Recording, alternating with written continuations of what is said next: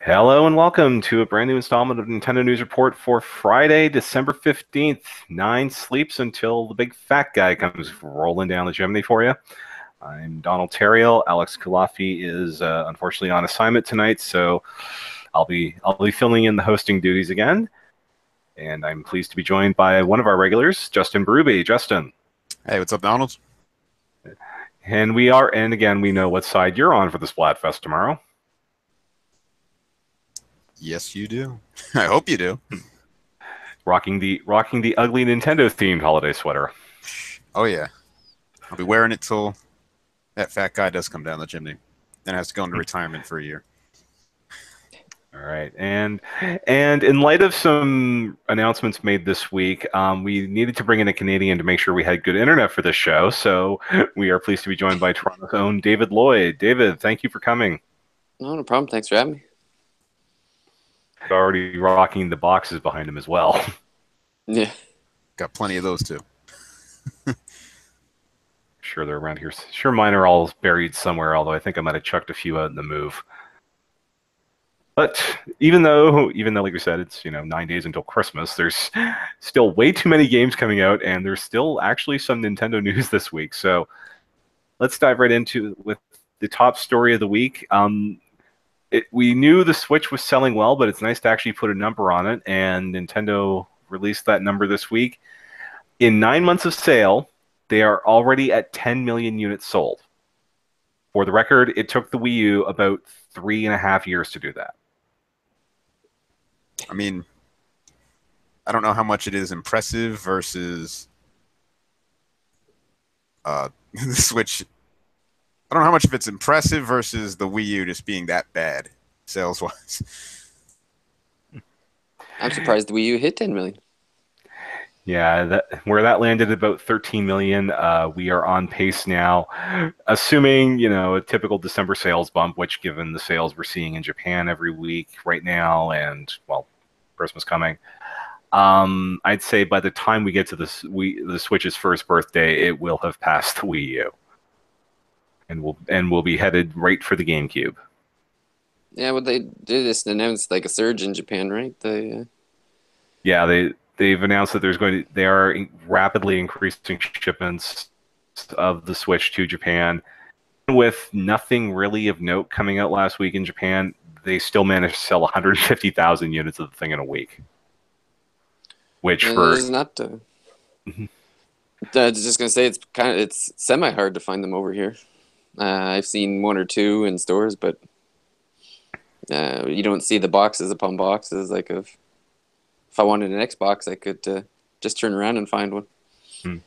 Have you had any luck seeing an Xbox One X on shelves, by the way? Because I mean, up here it's $600 and some odd for one of those, and I'm curious after the initial rush how well those are actually doing. I haven't seen. It's for me. It's hard to like. You really have to look because I see Xbox boxes, but then I'm like, I don't really care enough to look at the letter on the box. Yeah, like, is it an S? Is it an X? Is it an OG? I don't know. I don't think they're putting the OGs out on shelves anymore, but yeah, they have way too many bundles for the Xbox One to even tell if it's selling, and we saw a little bit of that on Black Friday when they were clearing out the PS4s and Xbox Ones there, maybe to make room for Switches. Who knows?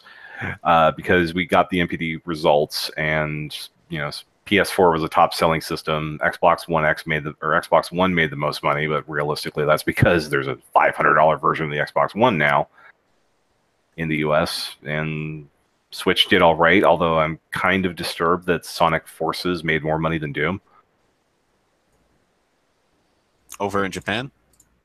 No, in the US in November. Yeah. Okay. Forces the well, 40, you also have to remember that Doom is much cheaper on PC. Yeah, or PC, PlayStation, Xbox One. So $20 everywhere. So, but I was kind of hoping that Doom being a very fine video game would outsell Sonic. Maybe It's really a rough thing to judge based on the game being Doom being a year old plus the cheaper everywhere else. So it makes sense to me. But yeah. And it's a revenue based chart anyway, so who knows if we're seeing changes elsewhere, or if we're seeing a difference in sales. Maybe it'll pick up in December. Maybe Doom, because it's technically published by Nintendo. That's how it came out on the chart. So it's like, is Nintendo going to be as aggressive with cutting the price on this as Bethesda would be, or is it more a matter of, well, this is a Nintendo game, it's going to stay $60 for time immemorial? mm-hmm. Yeah, maybe in January you would think with people opening the Switches on Christmas, they might just see what happens and then reassess in January, you know? Yeah, definitely. So the Wii U in Eternal Beast mode, or not the Wii U, God. Sorry, David. That box in the background is really throwing me off. The Switch is apparently living in Eternal Beast mode, at least until the afterglow of Zelda, Mario Kart 8 Deluxe, and Mario Odyssey, Mario Kart 8 Deluxe, and Breath of the Wild wears off, whenever that'll be. No, I'll just point out quickly that that box is empty. I actually do have it hooked up. Still? Yeah. My kids still love playing Super Smash Brothers. Yeah, good call. Yep. So I mean, why not keep it up until there's a Super Smash Brothers on Switch? We're gonna keep playing it. Maybe we'll see something next month in that regard. Who knows? Mm-hmm. I'd like to think that, yeah. But It speaking needs of, to happen. We need Ice Climbers, and they need to happen fast. and we just need that Game of the Year edition to fill things in until such time as we get the full sequel with Springman and the Inklings and all of that included. I mean, I think if they were to just release a Game of the Year type edition, everything else would just be added as DLC. I think it would just be one game on the Switch that they keep updating throughout the lifetime of the system.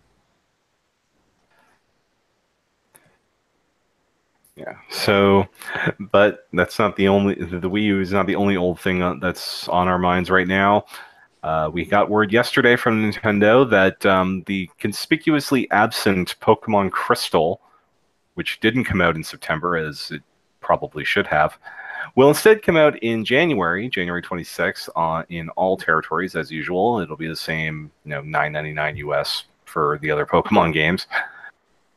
But they have thrown us a bone here, because for the first time ever, North American players are going to be able to actually get the Celebi event that was previously locked to Nintendo's first foray into portable online gaming, the Japanese-only cell phone system that worked with Pokemon Crystal. Well, couldn't you get them before with events? Yeah, but there's an in-game event in Crystal that was locked behind the mobile adapter, basically. Okay. That you could literally walk in there, get the GS ball from the anime, and then you'd go to Ilex Forest and you'd summon a Celebi. Okay. A nice little rarity there, but I don't know. I mean, my thoughts on this, like the second generation Pokemon games, are well documented. And Justin, I know you're not a fan of those games because they hit Mewtwo pretty hard with the nerfing stick. Oh yeah, I mean those old games, I felt like if you played the first games a lot and then tried to hop into the next one, it almost negated all the hours you put in with all the changes they made, and that just. But I mean, yeah, I understand it would balance the game better, but it just sucks to be hit that hard. Yeah, he went from invincible to still really strong, just not invincible. Yeah. David, did you ever play these games? Did you ever really get into Pokemon around this time, or something? I actually missed the second generation at the time. I had red, blue, and yellow. Played them until could barely play anymore on my Game Boy. But for whatever reason, I just ended up skipping Generation 2. I went back recently, played it on the DS. I started to go through the ones I had missed because there's a couple generations I had missed, so I started to go back through them between lulls of games releases. So that really hasn't happened in 2017 because there hasn't been a lull yet. So, uh, so it's been a while, I guess. Yeah, I think my chief complaints with this. I mean, I like the fact that you can actually play a female character in this one if you choose to, but like the Crystal's the version that doesn't have Merip in it, like the Merip family, the electric sheep, and it's like I need that to get through the game. So thanks for taking that away. I'll probably pick it up just because, like I don't know. It's still kind of a historical game for Nintendo, I guess, in Yeah, the and if you sense get of like must owns, so it'd be the nice to have digital on the version, the 3DS. battery's not going to die. So, Yeah, and I mean for $10, it's not bad. Like it's I mean, one of my concerns is, and I don't think there's any way to do this. Correct me, Donald, but if you buy two versions of like, if you buy like gold, silver, and crystal, there's no way to trade between the two games if you have them on the same 3DS. Yeah, you need. Pokemon Bank.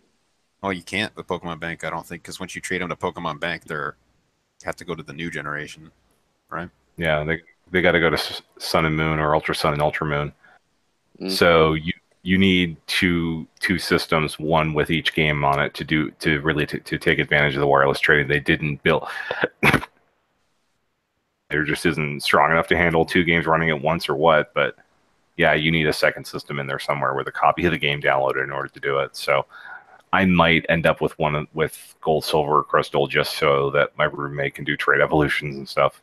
Mm-hmm. Yeah, that always bothered me about how they handled these re-releases. There's no like app or anything you can download that'll like, help you move them between the old games, or even like a part of a bank that'll let you do that or something like that. But it is kind of cool though that you can now, thanks to the bank, you can literally have Pokemon from every single mainline game in one game now, at least at the Sun and Moon level. Yeah, I agree with that. Yeah, it'd be interesting to see how much stuff gets screwed up though when the mainline Pokemon Switch game comes out, and then Well, I think Pokemon Bank becomes incompatible with the Switch or something crazy. no, They can just make a bank version for Switch and keep it going. yeah, there'll be a bank version for Switch probably whenever. It'll probably be like a couple of weeks after the Pokemon Switch game actually comes out, which kind of sucks because it would be kind of nice to at least have a few months of just seeing the new Pokemon work before they start bringing in all the old ones. Because bet you dollars to donuts, they're not going to cram 890 some odd Pokemon into the Switch game, even if they have the space for it. I think they'll all be there. I mean, not in the code anyway. Not Oh yeah, they're not. This isn't the time for the reboot. Like no. they're so far down the rabbit hole at this point that they might as well just keep building on it. But I don't think It'll probably be a situation where you have like three Pokemon in the main game and everything else is post game or requires like a third version or Yeah. remake set or whatever they're going to do with it. Because I think we're still sort of expecting the Sinnoh remakes at some point. And everybody keeps looking for hints of that. So do you think that it was delayed from September as like a cash grab, or they just honestly didn't have it ready? I honestly, the way they do the emulation on that, I think it was just a cash grab, and they were maybe this adding back the event and localizing it might have taken a few weeks, and it's like at that point, well, they were going great guns with Ultra Sun and Ultra Moon marketing, so why distract from that with another, retro remake? I think it was mostly a Or, cash grab. no, the third version always is a cash grab, and they're not rewarded for it in full as they would be with a new series. We probably saw that with Gold and Silver as well back in the day. Although Konami was putting out games on Wii U for like the TurboGrafx all year. I kind of hope they keep up this tradition of playing with Virtual Console on systems that are theoretically dead or dying this year or in 2018 with the 3DS, because I would really like to try that Metal Gear Ghost months ago.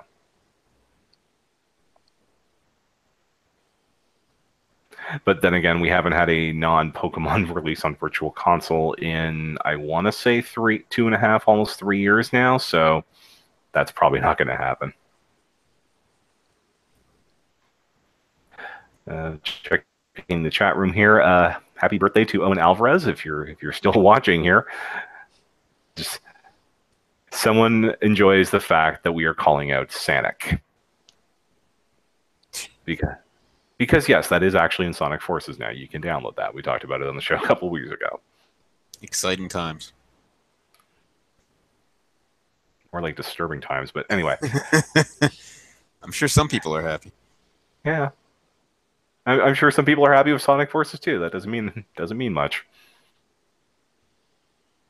But we know one group of fans that's very happy, especially on the Switch, because after last week's Mega Manamania, Capcom followed up with a Street Fighter Barrage on Sunday at the Capcom Cup Finals, where they announced a Street Fighter 30th anniversary collection that will come to all platforms, including the Switch next year, containing 12 different Street Fighter games. The original Street Fighter, which is a very bad game for a 1988 fighting game, all of the versions of Street Fighter 2, the 3 alpha games, and the 3 renditions of Street Fighter 3.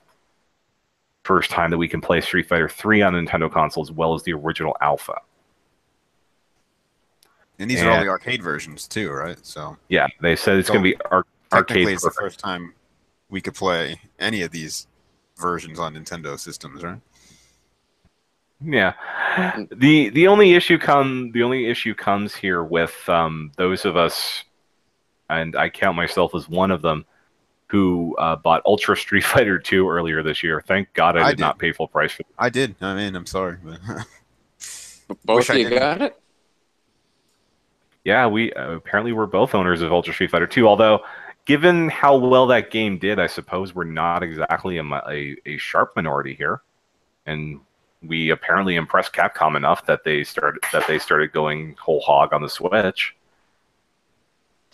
40-odd games in 1 week, or 30-odd games in 1 week.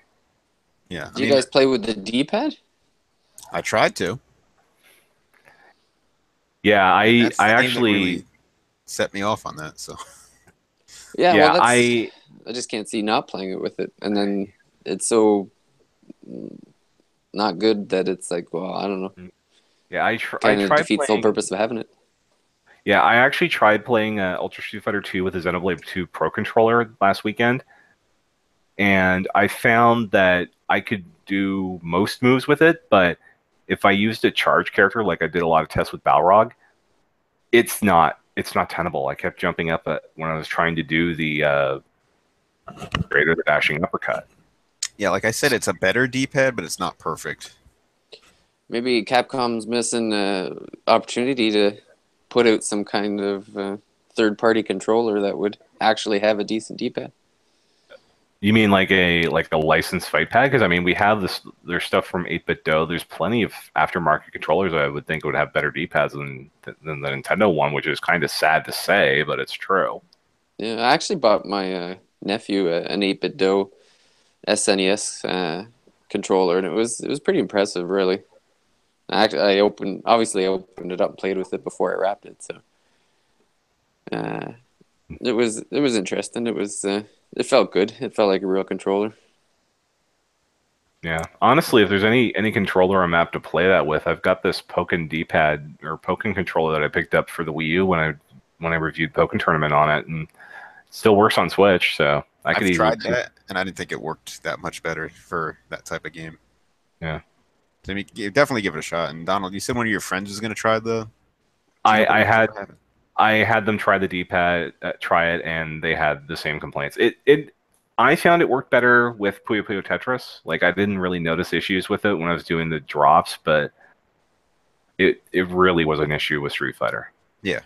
I mean, still room for improvement, but it is better than before. So if you are in the market for a pro controller right now and you need one for some game, try to get the Xenoblade one.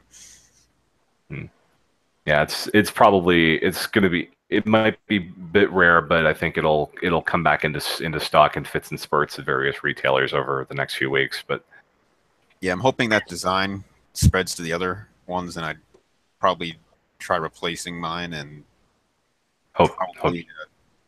I mean, if I get another one with that better D-pad, I'm probably going to open it up and try one of the mods to make it better, where people like cover half of the pad so it's less likely to get hit. So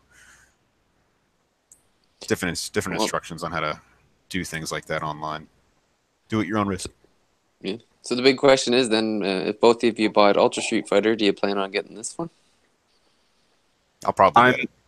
I'm Yeah. definitely in. I really would love to have the ability to play. Like I don't even consider that it's like expanded version of Super Turbo, which is on here.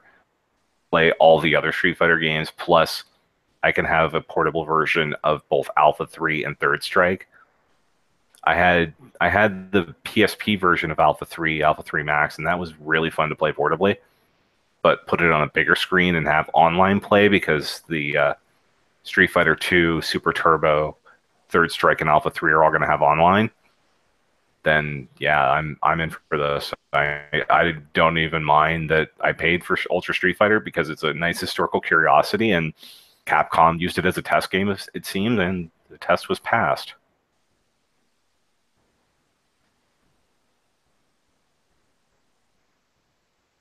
Justin, what about you? Are you said you're getting this one definitely, Yeah, right? I'm probably going to get this. I'm not the biggest Street Fighter fan, but it's one of those games that I really remember from my childhood. Like I'd see it at the bowling alley and in some other arcades and stuff like that, and there'd be a lot of people playing it in some of those places. And I remember I rented it many times on Super Nintendo, the different versions from Blockbuster back when that was a thing. But yes, I mean Street Fighter is definitely one of those games from my childhood, so it would be cool to have these arcade perfect versions of it. And I'm not like a great Street Fighter player by any means, but it's fun to mess around. I don't really have any interest in the Alpha series. I've tried some of them, so I'd probably just stick to the Street Fighter 2 versions. Yeah. And although this will be the first time we've had a Street Fighter Alpha 2 on a Nintendo system that doesn't take like 20 seconds to go between fight and the fight actually starting, so that'll be nice. I owned every Super Nintendo Street Fighter game, including Alpha 2, and it was fine for once you got into the fight, but the delay really threw me a lot. Yeah, I never played that one. I just remember Nintendo Power promoting it quite a bit. I think it came with like some cards of the characters back in the day that were going to be in that game. So Yeah. I think Nintendo actually officially published that, kind of really, like what they did with Doom. So I don't. Didn't Nintendo publish Doom here? I don't. yeah, it was on the when we got the NPD chart yesterday. Nintendo was listed as the publisher of record for Doom. Okay. Surprisingly, Bethesda was the publisher for Skyrim, and we thought that was Nintendo the whole way. Yeah, I'm Yeah, I thought confused. that. I thought it was I reversed. am. Yeah, same here. I thought it was verse two. All right. So I guess Jesus in the chat is asking, do we think we'll see a Nintendo Direct next month? I think we pretty much have to because I mean, you're not going to see a lot of news next week, given the fact that that we're going right into the holiday. I think if we were going to see any sort of direct from Nintendo, it would in December, it would have had to have been this week. Yeah, No, and I think Nintendo. they'd wait till after Christmas for sure. Yeah, and they often do one in January, so it would make sense. And I think if they do one in January, it would be the perfect time for Nintendo of America to announce the special edition of the Bayonetta package coming out, if they're planning to do it. Well, I mean, we were lucky to get the two games on a disc in North America the first time, so I could easily see them being like, nah, we'll pass.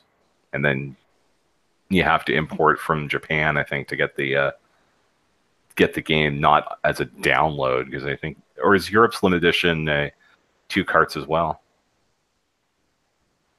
I'm really not sure. I would have to think that the January Direct would for the most part, be a roadmap for 2018. At least the first half ish. Yeah, that seems like the kind of direct that would get you through to E3. So you get your Kirby. Maybe we get a North American or a Western date for Dragon Quest Builders because Nintendo is publishing that outside Japan for Switch. Yoshi. Maybe Yoshi. Yeah. Maybe, yeah. I don't know. That seems like that might be one of those. We stick it with the big November game as like the companion. But Yeah, then again, they got it on their site though, which I was kind of surprised. Yoshi working title. I mean, Such they a could nice. also do more Wii U ports. Or now You think that Skyward Sword HD. you think that's Retro's game is Tropical Freeze HD or like a Returns Tropical Freeze dual pack or something? Honestly, when it comes to anything Wii U, I wouldn't rule any of it out on coming to Switch at some point, just because Wii U did so bad. Nintendo will be looking for a larger gain on their investment that they had on some of those titles. So don't rule anything out. I still think 3D World would do well. Anything could happen. Yeah. So you're saying there's still a chance for me to get Tokyo Mirage Sessions again? Sweet. Yeah. I know my girlfriend's trying to has her fingers crossed for Fatal Frame.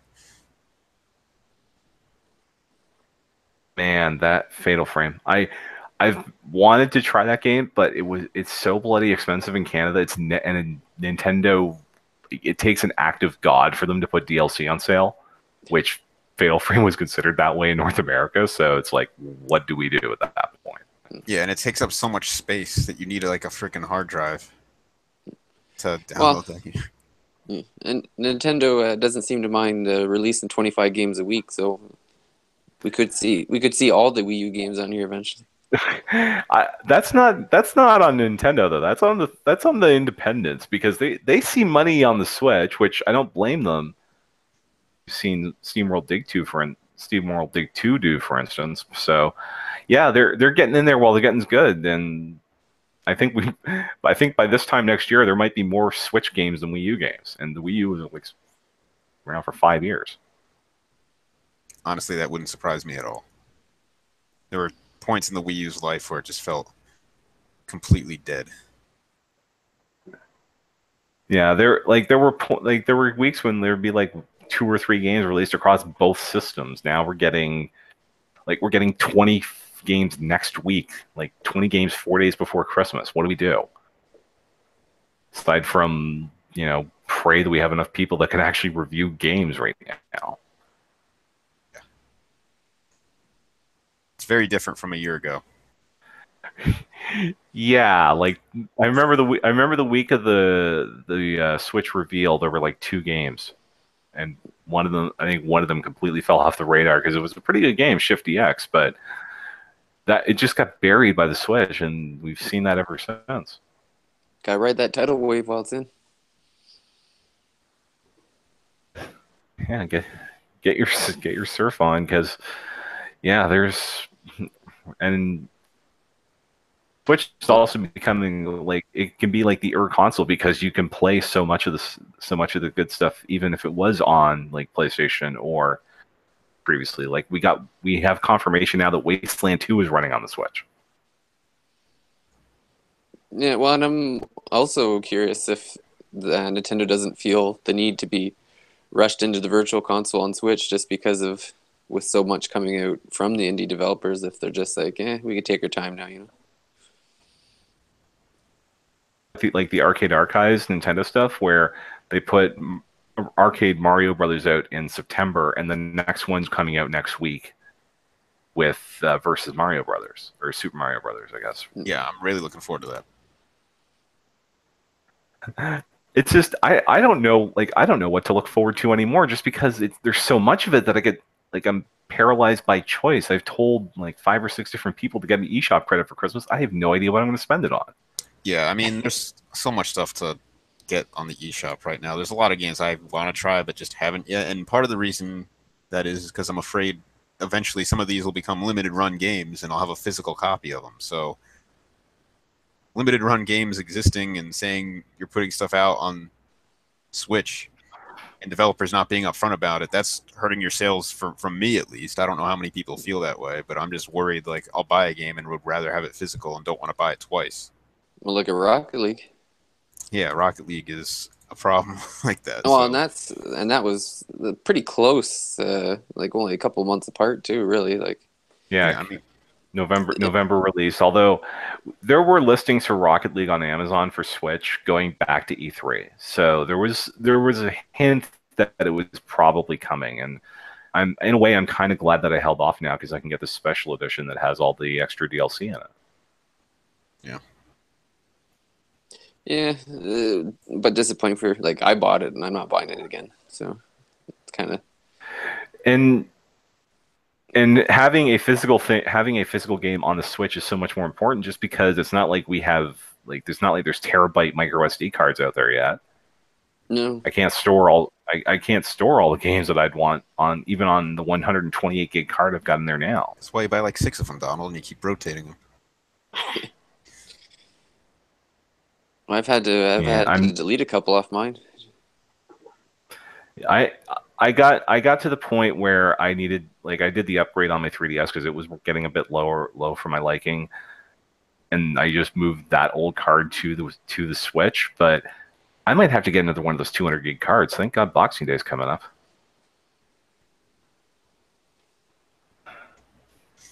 Yeah. Yeah. So. Mhm. Yeah, so and Jesus in the chat saying he thinks that Nintendo will release Kirby in March and my boy Yoshi in June or July. So Kirby they said was spring, right? In the last direct? I For Star Island? I think Did they give it so. to you? Yeah. It sounds right. Yeah, I think they said spring 2018. So March I could see, maybe into April for that one. That's when Nintendo says spring, usually they mean April or May at the latest. Yeah. It'll be interesting to see if they. I guess because it sounds like there's going to be some new IPs coming from Nintendo at some point.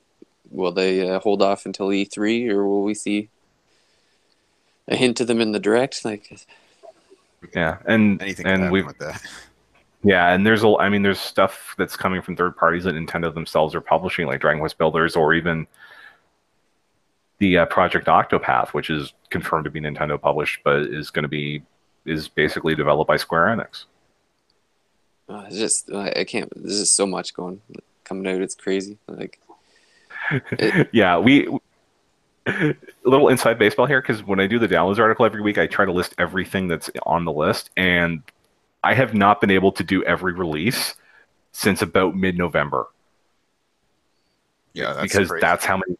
well, even tracking. It seems like stuff just gets thrown out there like the day before too. Because I'll go to Nintendo's. Nintendo has a fairly good web page for the stuff that's like releasing this week. And so you'll go in Monday, you'll see the list, and all of a sudden by Tuesday, Wednesday, they've added it, and it's like, where the hell these games come from? So many little indie stuff just popping up. Yeah, and because I'm trying to keep track of this stuff just so I don't have to spend like 3 hours doing game profiles on a Wednesday night because I like to play something when I get home from work. But the like I do most of it on Sunday. It's like, oh, there's 16, 17 games coming out, and by the time Thursday rolls around and we get the press release, it's 25 games deep. Yeah. Yeah, I mean, like I said, there's a lot of indie games I want to play, but I am concerned. And then I have Xenoblade on top of all that, which is just a time eater. Yeah. So, Well, Justin, I was just gonna say that go ahead, Dave. the indie games have almost become a distraction to a certain extent. Like I've had Xenoblade, like I bought it the day it came out, and I've been trying to play, and it's just every time I try to get like a good run going, there'll be an indie game that comes out, whether we're doing a review or it just looks incredible, and then it's just distraction after distraction, Yeah, and then Zelda DLC came out, which distracted me from like Xenoblade. Yeah. Well, and then I had like 50 hours going in Skyrim, and I barely was like through the main quest, and I haven't seen that in a couple weeks, and I've got way too many games that are half finished. There's so much stuff that I still have to play for Game of the Year, but I between being exhausted and not really wanting to play much of anything when I get home from work, and just these monstrous RPGs that seem to be coming up fast and furious here. I don't know if I'm going to get to half of the stuff I want to play on that list. I suppose part of that's my fault for not taking advantage of time when I had it, but so much of that stuff came out in the fourth quarter that just wasn't able to plow through enough of it. So what all have we been playing? Because I've mainly been playing Xenoblade Chronicles 2, but even then, I'm only in Chapter 2 right now. I'm not sure what chapter I'm on, but it's probably around there. I think it's been a while since I saw a chapter thing. I just started Chapter 3, and that was after I saved Nia. So if you're past that, you're past. Yeah, You're I in think Chapter 3. Nia just got kidnapped, so... And I'm doing the hunt to try and find her, but I also managed to I got my first non-Pyra blade, and it's like, oh, it's named after a Switch eShop game that's free to pay. Great. Yeah, so I've been playing that, and like I said, I did play the Zelda DLC. I finished that up. So, what did you think about that? Because I know you were pretty down on the main game, but you seemed pretty enthused with the DLC content. Yeah, I thought the shrines were some of the best in the game. I've seen some people complaining about the whole like one-hit kill portion, which wasn't that hard, to be honest with you, because if you're having trouble getting to like the shrines where you have to like take out all the enemies around where it should pop up without getting hit, a trick I found, which will make it very easy to do, is take out one enemy, just survive and save immediately. If you die and reload, that enemy, everything will reload, kind of like Blood Moon. How it was, but with that one enemy you killed missing, so you can just hack away at it that way too. So just take out one enemy, and save. And if you die, you're back with an easier mode. But like the saves coming for fun and profit. Yeah, I mean, it's how they designed it, so have fun. Anyway, gotta do what you gotta do. Yeah. Anyway, the shrines were some of the best in the game, in my opinion. The dungeon it was probably the best dungeon in the game, but it still wasn't great. Not like the Skyward Sword dungeons, which I thought were probably some of the best in 3D Zelda. So overall, I'm still down on the game, but I think all the DLC content's some of the best content in that game and plays to the strengths of the game. Yeah, I finally got off the plateau on the Switch, so now I'm just on my way to go get my outfit for the game, the Gerudo one, and then I'll be about back to where I was, and maybe this time I'll actually manage to beat more than like 10 shrines. Yeah, definitely. I'd love to hear your opinion on it, but like, I just don't see how people are so up on this game when I feel like the previous game was a million times better. That's a very interesting take. I will say that. The last 3D Zelda, I should say. Yeah. Well, I'll give you Link Between Worlds, but I'm a little questionable on Skyward Sword. But anyway, we can go into that another time. Yeah, that's something for another podcast. So David, what have you been playing besides Xenoblade 2? I've been buried in a ton of indie games in the last couple weeks. I just finished the Black the Fall, which if anyone's ever played Inside, it's you almost think at the beginning that you're playing the same game. Like, it looks almost identical. The aesthetics, and it's basically like the plot is all very similar to, where it's, you're this kind of nameless character in this dystopian society, and you're in this factory complex where there's obviously mind control experiments going on, and basically your goal is just to try to figure a way out. So I mean, it plays the same, looks the same, but the puzzles are different, so at least it almost feels like a sequel in a sense, like totally different publishers, but it just, I guess if you enjoyed that game style, then you'd probably enjoy Black the Fall. Definitely better to play docked. It just looked much nicer dock than it did in handheld. Before I came on here, I've been playing SteamWorld Heist,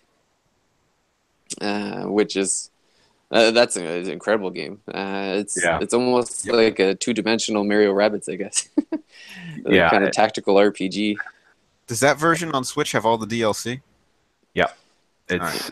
It'll have all the DLC, and it's out. It's out for everyone on the 28th. Yeah, I had a lot of fun with that game on 3DS, and I did play through the DLC on that, so definitely check that one out. Yeah, Yeah, I think I'm I up to like reviewed. 60 stars or something like that. It's just that, and I've only been Nice. playing it for a few hours. It's fun. Like, it's just addictive. It's yeah, that was an amazing game. I think it's the highest score I've given to a game on the site besides that tied with Xenoblade X was the Wii U version of SteamWorld Heist. So now that you can do it either portably with the touch, even like the touchscreen controls for aiming, or on the TV, I think we've got the definitive version here. Yeah, I enjoyed it. I've been really enjoying Rocket League. Bit of a learning curve. Like, you definitely have to put in time to get the timing right and stuff like that.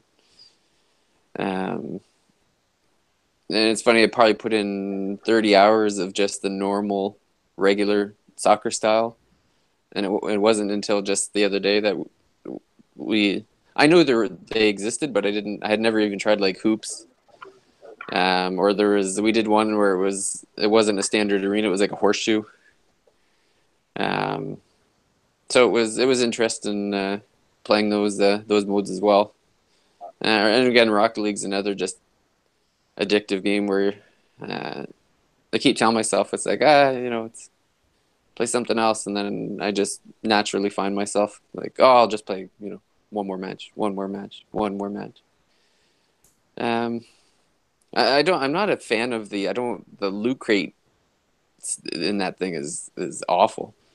I tried it once. It's like $2 for a key to unlock the crate, and then I was under the impression that all the things in the list, like they're like, oh, in the box there could be these things, and I'm thinking, okay, like I get all these, great, $2, woo, and then it just gives me one, and I'm like, I just paid $2 for stickers for my car. Like, this is ridiculous.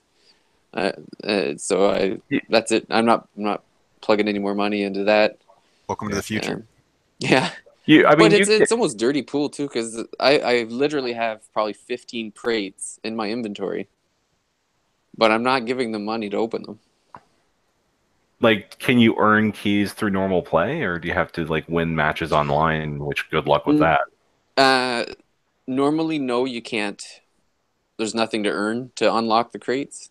However, right now Rocket League is doing. I don't know what it's called, but it's like a snowflakes promotion, where what happens is when you play a match, at the end of the match, you're given snowflakes, and you bank them, and there's a list of things that you can buy with the snowflakes, and one of the items is the decryptor key that'll unlock a crate. Now the one thing about that is whatever you do open, you can't trade. It's locked to you, which is fine. Like, that's at least they've given us a way of opening like the 20 crates I've got, and I've already earned two, so I've got like 2 crates open. But it might actually work against them to a certain extent, because when you see how little you get when you open a crate, you're like, $2 for that? Nah, I don't think so. Yeah. That's like, if it was cars that you're buying, maybe. But I mean, like, $2 to maybe get a sticker for your car, or maybe get a paint job. My like, whole it thing just with doesn't make those sense. loot crates or whatever in the games is, I don't feel like I'd ever purchase one of those just because it's gambling. But if you offered me like a package with all the content you created for like a fair price, you're probably going to get me to pay for it. I'm more willing to do that than the gamble to get the things I want in your game. Yeah, well, and that's the thing is, like, because I've seen on other platforms, like, all these different cars. Like, I've seen like Batmobiles and the DeLorean, and like, I'd pay for like those things if they had more of those. But I'm not gonna give them money if I don't know what I'm getting. Yeah. I did want to say one more thing about the Zelda DLC. I just remembered. Apparently, after this DLC update, you can't have all the armor items in your inventory in the game because they're short by maybe 7 slots before you hit the max. Right. So you have to sell some of your gear that you may have upgraded or whatever, which kind of sucks. I don't know why they wouldn't just add one more page so you can have one of each armor item in the game. Dumb. Yeah. So just last couple of things from the chat here. Did we see the rumored Switch? Yeah. So apparently the Brazilian ratings board has a rating out for a Burnout Paradise on Switch, which I've priced for $5 on PS3, but that didn't have all the content. Like if this had like all of the stuff they added into that game, which I think they did as free updates, then yeah, I'd probably pay full price for it. Either of you interested in picking up a Burnout game on an open world Burnout on Switch? I don't think so. Even if yeah. I think Burnout 3 was actually my game of the year when it came out, which I think that says a lot about 2005, but then for Paradise if it does actually come to Switch, but we'll probably find that out in like January, if anything. And we have someone in the chat room who's waiting for Kingdom Hearts 3 news. Might I suggest doing the Cartman cryogenic freezing for about 5 years? And if you're asking us, that's even worse.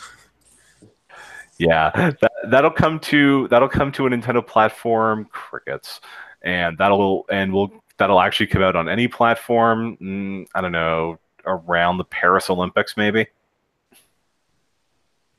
Think of all the worlds Sora can go to now, though. Yeah, he can go to Simpsons World or Antitrust Court.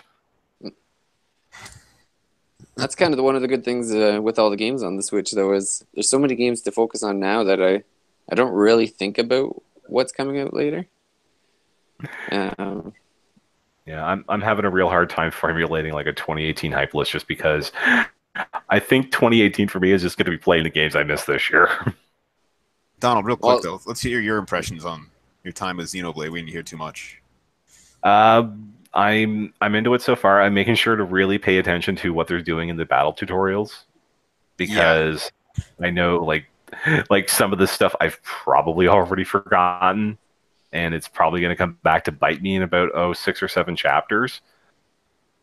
But yeah, I'm really trying to slow play this one though because I got burned on Xenoblade X.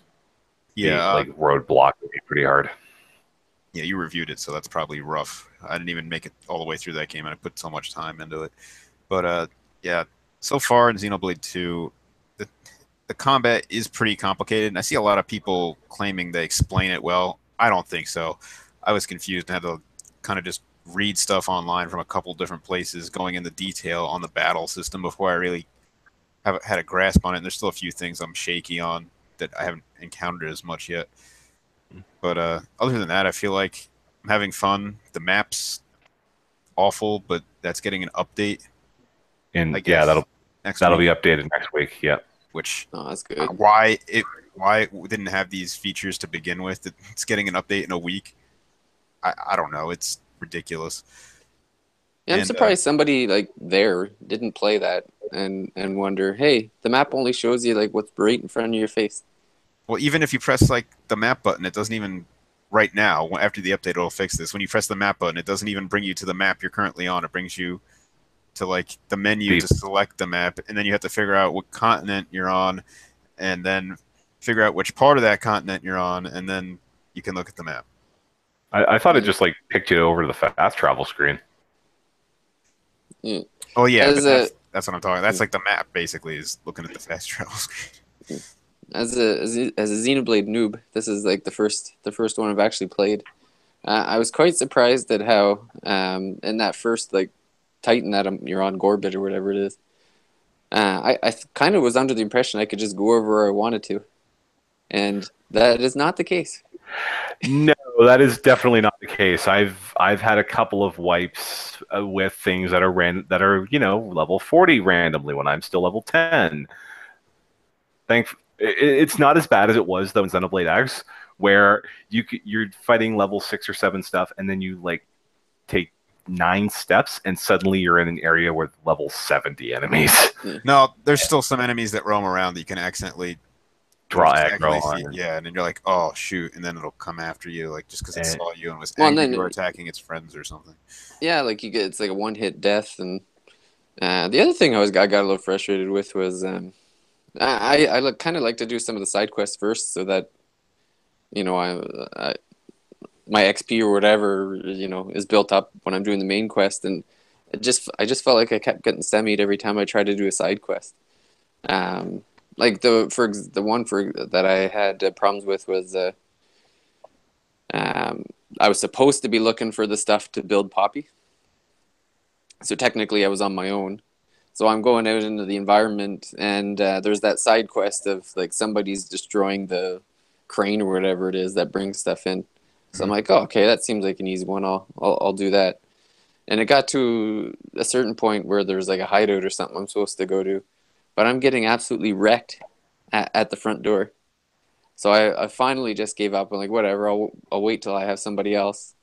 So now that I've got the people that I could actually like win the battle with, they've kicked me off the Titan. So it's I'm like, ah, Can you fast travel back? I'll give it a try. Like I just started chapter 3, so I Yeah, don't I think know. I'm on that chapter too. I think you can fast travel back. yeah, That'd be good because it just felt like there was so much Because to explore there, yeah, but I I was spent a so lot of time. underpowered that it's like, no, you really can't go too far outside the town. you No, I you can go pretty much anywhere. Like I'm pretty sure I can fast travel back to the continent that had the group that just tried to screw me at the end of the first chapter to go yes, salvaging. yeah. So I did that quest. I didn't really have much of a problem with it. One of the things overall I think is weird about this game, other than the map, is battles seem to take a long time. I don't know if you guys have No, I felt agree that. with you there. I it almost I actually had a little bit of issue with it. It just seemed like you get there and you're waiting way too long to do the good moves. It's like, why do I have to watch the guy like auto hit? Because I'm basically just literally sitting there not hitting any buttons until everything charges up. Yeah, so you want to position yourself for certain moves, so that's something you got to be mindful of, and timing your hits helps too when you actually use those special moves. And uh, as you level up, some of those special moves will charge faster, so you got to be aware of that. But there's like a lot of weird things, like your blades or whatever. They have like a whole tree of things that gets powered up, but they don't automatically get them. You have to actually go into the menu and look at them every once in a while for them to get powered up more. Yeah, some of them don't even tell you either. They're like, oh, Yeah, I don't know why that isn't just like an vague automatic about thing, what it is. Yeah. but that's weird. I mean, I'm enjoying the game, but there's like a lot of weird things like that going on, and there's like so many menus you have to go through to like worry because you have like I don't know the correct term for everything. It's like you can power up your blade, you can add things to the blade, you can like give yourself gear. There's like those pouch items that are like food that wear out after a while, and stuff like that that give you benefits and skill points for your moves for each weapon for each blade and Yeah, well, the blade has an infinity chart. The yeah. character has an infinity chart. Then you got the core chips that do the weapons, and then you got the auxiliary cores that do the blades, and then you got the blade whatever the core cores are that unlock the blades. Yeah. And there's like 15 submenus, and yeah, and then you go in and you have to choose the character, and then you choose the blades, then you go out to choose the other character to choose the other blades. And Yeah, it's pretty complicated overall, and they throw a lot at you really fast. yeah, and then there's like certain XP for the moves, but then there's different XP for the affinity charts. Yeah. And then after you do quests, I think to get the experience, you need to rest at an inn. Yeah, that's right. To get that experience, you got to go to Yeah, the end to accept the- the XP or whatever it is. yeah. The this is really feeling to me like a Tales game, and usually I nope out of Tales games pretty early on, as my like 7 game deep backlog would attest to. But I'll be able to see this one through. I don't know what it is. Well, I agree with Justin. It's like it's incredibly complicated, but it's still enjoyable. Yeah. It just seems it's probably one of those where you have to really get deep into it to kind of appreciate or find your groove, I guess is the best way to put it, I suppose. Yeah, I think I have a decent grasp on it at this point so far, but I did have to like look up some of the combat stuff just to figure all that out because it throws a lot at you real fast with that, and I don't think it has the best explanation. But some people think the explanation is great, so. Yeah, well, and it was funny because you even see stuff when I watched a couple YouTube stuff, and I'm like you. They're like, "Oh, look, you do this and this." I'm like, "I don't know what you guys did there." But the what is it when you mix and match the blade like special, whatever you call it, Yeah. of each character, and it's only by trial and error did I figure it a couple. Like the one guy did steam, and then I did fire, and then it turned into a volcano or something like that. Yeah, it shows it in the upper right, but it didn't do a good job. That's one of the things I was confused about. But yeah, I got that down now. I just don't know what all those specials do, and I don't know where there's a list of like the effects of all those things. No, and then even on top of that, there's elemental. Like I haven't even really got into the elemental part of it because there's different villain, like the enemies have elemental weaknesses and strengths. Yeah. And then the combination of elements, like on top of those specials, because like I said, when you combine, say, one Pyra with Poppy, like she does the difference, like the steam and then the water, like it's all. Yeah, And Poppy's then there's like that a menu weird that pops up in that top right hand corner and then there's meters counting down and stuff like. Yeah, I mean, like I said, that's you really have. That's yeah, it's complicated. That's why I had to look stuff up. I'm like, what's going on here? But at this point, I have a grasp on it. I don't know. Yeah, it seems to be working, and it's funny too because the other part that I thought was funny was at the beginning the enemies are weak, so a lot of times you didn't even really get a chance to get into the big stuff. Like you'd be killing them off before you really had a chance to get to do the combinations of the specials.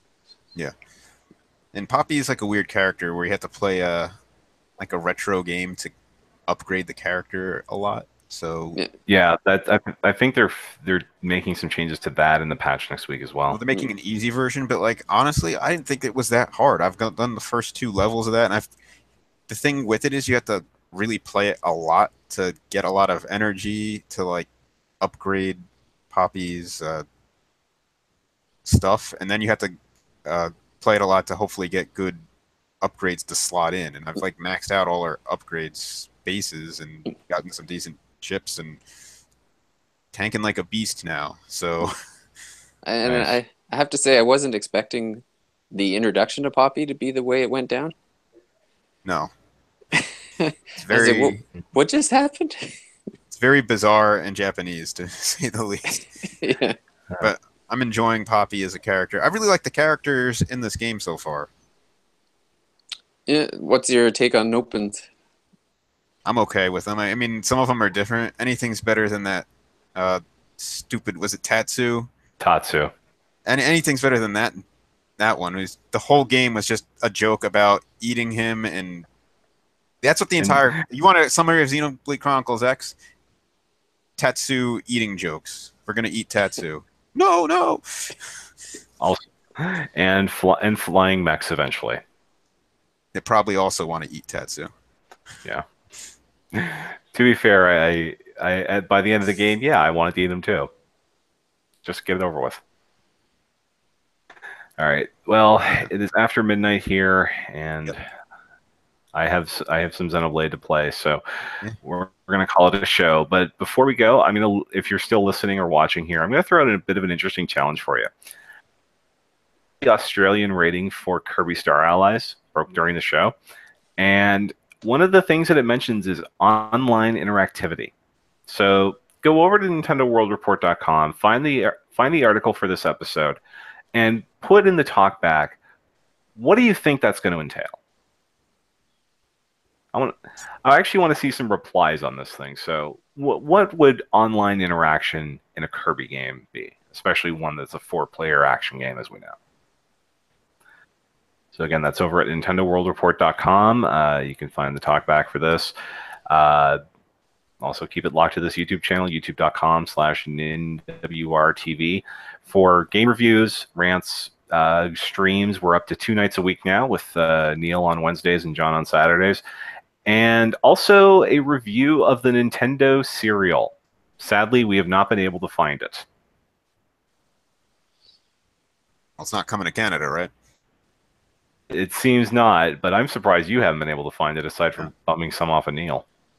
Yeah, well, nobody spotted it in my state yet, so hopefully that will change. I think somebody saw a flyer for a local grocery store advertising a Sunday release for it. So we will see. I'm sure my body's better off without the blood sugar spike. No, you don't. Same. You don't. This isn't cereal for consuming. All right, so that, yes. And also, if you want to support what we do, and thankfully they've made some changes that make that easier to do now, you can go to patreon.com/NWR. Support the site that supports us. We are on iTunes. Please rate and review us. Alex will get back to reading iTunes reviews as soon as we get them. David, where can people find you on the internet? All over the place on NWR, basically. I do reviews and do a little bit of everything, more or less, I guess. And so I'm sure you see my name somewhere. Yes, and he's also on Twitter at FilteredGamer. Yep. And Justin, of course, is at King Nintendo Fan. You had a couple of interesting pieces this week pertaining to Pokemon Go. Yeah, I wrote an article about my frustrations in Pokemon Go, and well, I'm getting fed up with their design choices and how they haven't been fixing them. So definitely check that out. I'm impressed that you made it this far. Well, I haven't been playing much recently, and those are the reasons why. Yeah, and you actually inspired me to do something with Fire Emblem Heroes now that Book 2's out, so I should probably get on that. Have fun. Yeah.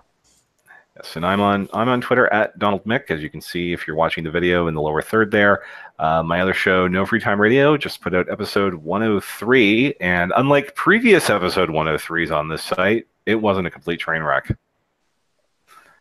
But then again, I suppose you're not listening for that. That is our show. Thank you very much. Have a good weekend. Not everybody. Night.